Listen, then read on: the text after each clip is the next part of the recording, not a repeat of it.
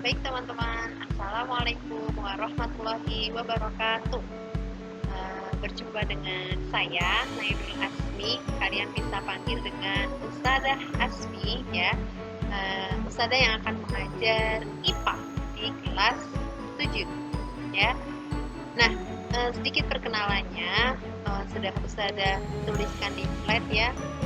Itu riwayat singkat tentang pendidikan, kemudian alamat asal dan keluarga, dan satu yang perlu kalian catat adalah nomor HP Ustazah ya, karena kita masih pembelajaran daring, jadi nomor HP Ustazah silakan disimpan ya, supaya nanti kapan-kapan kalau kita bertanya tentang materi kita bisa saling cicer ya. Nah, karena pembelajaran kita daring ya teman-teman, maka Ustazah perlu menyampaikan sedikit tentang kontrak belajarnya ya. Kontrak belajar IPA Ustazah singkat jadi IPA ya. Yang pertama, ikut aktif menyimak grup. Apapun yang Ustazah share di grup, kalian harus baca, kalian harus lihat, kalian harus simak semuanya. Kalau yang orang tuanya bekerja dan HP-nya baru bisa dibuka ketika sore, nggak apa-apa, langsung dibuka hari ini pembelajarannya apa. Kemudian P, pahami materinya, pastikan bisa. Kalau sudah dibuka materinya, kamu ada yang nggak paham, silahkan bisa tanyakan di grup ya. Kemudian yang A, ayo kumpulkan tugas dengan disiplin, tepat waktu. Ustazah minta tolong, sangat minta tolong untuk mengerjakan tugas tepat waktu. Tugas IPA hari itu harus selesai, maka lakukan hari itu juga ya. Jangan sampai ditunda, ditinggal rebahan gitu ya. Nanti di akhir tuh nanti jadi numpuk banget, bikin stres, bikin pusing karena tugasnya banyak. Nggak hanya cuma IPA, dari pelajaran yang lain juga ya. Nanti mau diselesaikan malah jadi bingung mau yang dikerjain mana dulu. Oke ya, bisa disepakati ya. Sebelum Ustazah menyampaikan materinya, perhatikan gambar di samping ya. Ada sepatu. Sepatunya siapa yang dari kecil nggak pernah ganti? Ada nggak? Iya, nggak ada ya. Oke, jadi ukuran sepatu itu pasti berbeda-beda. Kita dengan ayah kita, dengan adik kita, itu pasti berbeda-beda, ukurannya pasti nggak sama. Oke, kemudian baju juga seperti itu. Nggak mungkin ya kita nanti sekolah dengan seragam ukuran anak TK atau seragam ukuran anak SD, pasti juga sudah berubah. Sama halnya dengan wajah kita. Allah menciptakan hidung ukurannya seperti ini, mulut, mata sudah pas.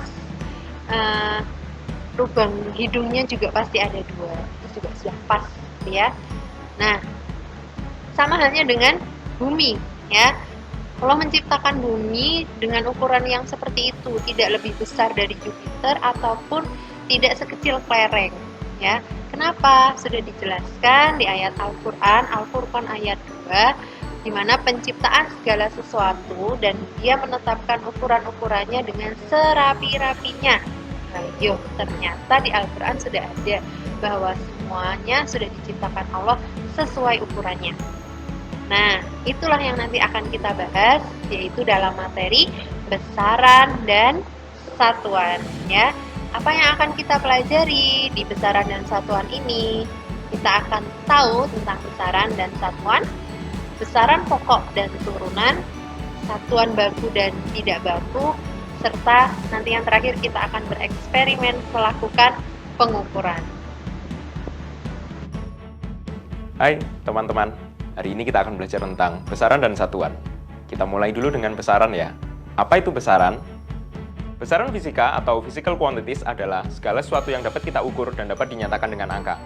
Contohnya, apabila saya mengukur tinggi badan saya, tinggi badan adalah sebuah besaran dan dapat dinyatakan dengan angka, misalnya adalah 168 cm. Atau ketika saya mengukur suhu tubuh saya. Suhu tubuh adalah besaran dan dapat dinyatakan dengan angka, misalnya 36 derajat Celcius. Mungkin kamu bertanya, mengapa sebuah besaran harus dinyatakan dengan angka. Mengapa tidak menggunakan kata sifat saja? Ternyata kita tidak bisa menggunakan kata sifat karena kata sifat itu terbatas. Contohnya, kelingking saya ukurannya kecil, badan saya ukurannya sedang. Mobil ini besar, truk ini lebih besar. Kalau lokomotif, sangat besar. Bagaimana dengan pesawat? Sangat amat besar. Bandaranya luar biasa besarnya. Bagaimana dengan sebuah kota? Provinsi? Negara? Bagaimana dengan benua? Dunia? Apalagi tata surya. Kita sudah kehabisan kata-kata untuk mengungkapkan seberapa besar mereka tadi. Ketika kita mau menyatakan ukuran benda-benda tadi dengan angka, tidak ada masalah sama sekali. Tinggi badan saya 168 cm. Panjang sebuah mobil adalah 4,5 meter. Panjang lokomotif 15 meter. Panjang pesawat terbang 70 meter, dan seterusnya. Tidak peduli sekecil atau sebesar apapun benda yang kita ukur, kita akan selalu bisa menyatakannya dengan angka. Lalu, apakah ada yang kita bisa ukur tapi bukan merupakan besaran? Ternyata ada. Misalnya, seberapa sayangkah kamu dengan adikmu? Seberapa hormatkah kamu dengan orang tuamu? Seberapa senangnya kamu ketika ayah membelikan sepeda baru? Seberapa indahkah pemandangan di pantai waktu kamu liburan kemarin? Itu semua bukan merupakan besaran, karena tidak bisa dinyatakan dengan angka. Untuk besaran-besaran yang memiliki satuan, satuan ini digunakan sebagai skala pembanding. Contohnya, jarak dari rumah menuju ke sekolahmu adalah 1 km, maka dalam 1 hari kamu akan menempuh 2 km. Apabila dalam 1 minggu kamu bersekolah selama 6 hari, maka kamu akan menempuh jarak 12 km. Apabila kamu bersekolah selama 39 minggu berturut-turut, maka kamu akan menempuh jarak 468 km. Ternyata jarak ini lebih panjang daripada jarak Semarang menuju Jakarta yang hanya 461 km. Wow! Berbicara mengenai satuan, teman-teman tahu tidak betapa pentingnya kita memiliki satuan yang baku atau yang standar? Mengapa? Yuk, kita lihat cuplikan video berikut.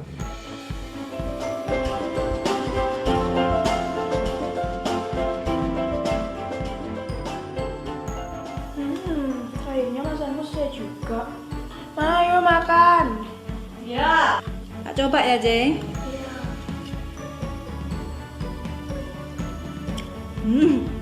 Asinnya. Kamu kasih kalian seberapa ini, Cek? 1 sendok, Ma. Masa 1 sendok, Cek? Kok asin? Tak kasih 1 sendok, Ma, sesuai instruksinya. Sendok mana yang kamu pakai, Cek? Ini, Ma, sendoknya.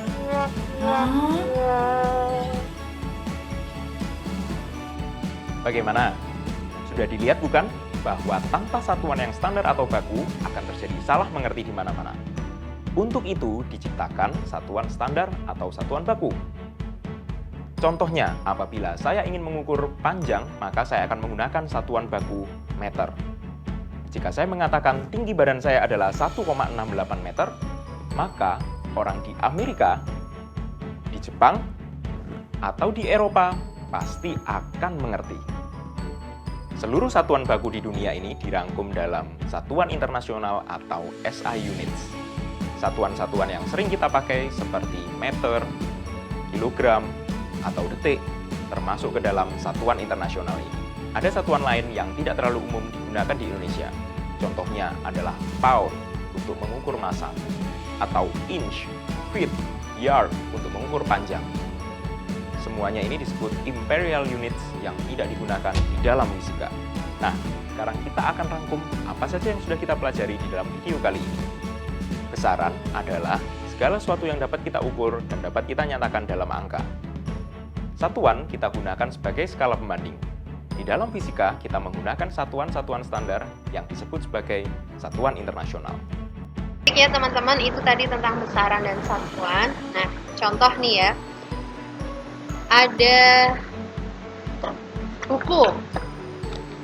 Ya. buku. Buku ini memiliki panjang, misalnya panjangnya 23 cm. Berarti panjang itu adalah besarannya, ya. Kalau sentimeternya itu adalah satuannya. Oke ya. Nah, besaran itu sendiri dibagi menjadi dua, yaitu besaran pokok. Ini kayak istilahnya kayak ibunya gitu ya. Kemudian punya anak namanya besaran turunan. Kenapa disebut dengan besaran pokok? Karena besarannya satuannya itu sudah ditetapkan terlebih dahulu, ya. Kemudian kalau turunan karena satuannya diturunkan dari besaran pokok.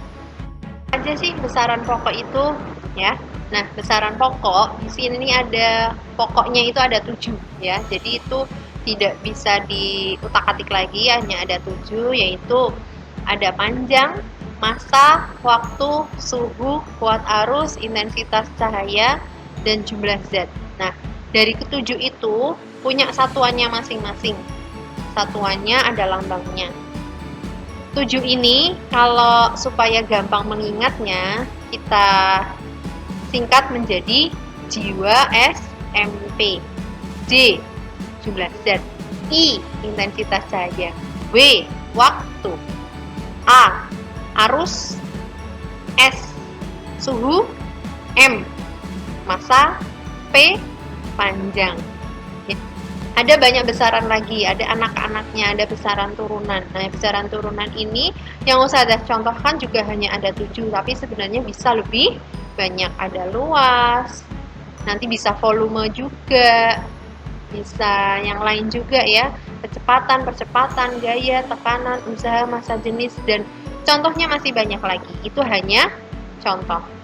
Nanti yang perlu kalian hafalkan itu yang besaran pokok ada 7 itu. Nah, turunannya kalian bisa ambil contoh yang 7 ini, dan nanti kalau udah kelas 9 kalian akan lebih mengenal banyak lagi besaran turunan.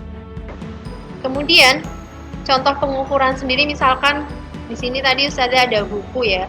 Buku di sini panjangnya misal adalah 23 cm ya.